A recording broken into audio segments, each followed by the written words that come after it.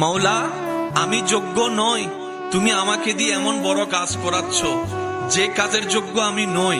তোমার দয়া হয়েছে বলে আজকে আমি জিরুটা হিরো হয়েছি। মাওলা, তোমার দরবারে আমার একটা কপালে একটা সিজদা দিতে পারি। যদি আমার 1,00,000 কপাল থাকতো, 1,00,000টা সিজদা একসাথে দিতাম, তারপরও হক আদায় করা সম্ভবপর নয়।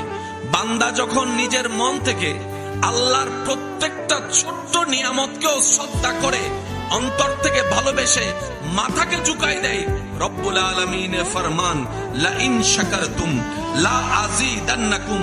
উলামায়ে কেরামের দোয়া চাচ্ছি, লা ইন শাকারতুম লা আযীদান্নাকুম।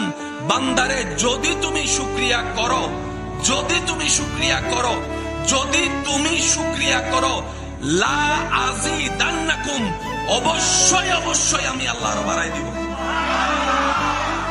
আল্লাহ চাইলে বলতে পারতেন বাড়াই দিব, কিন্তু রব বলে যে না, অবশ্যই অবশ্যই।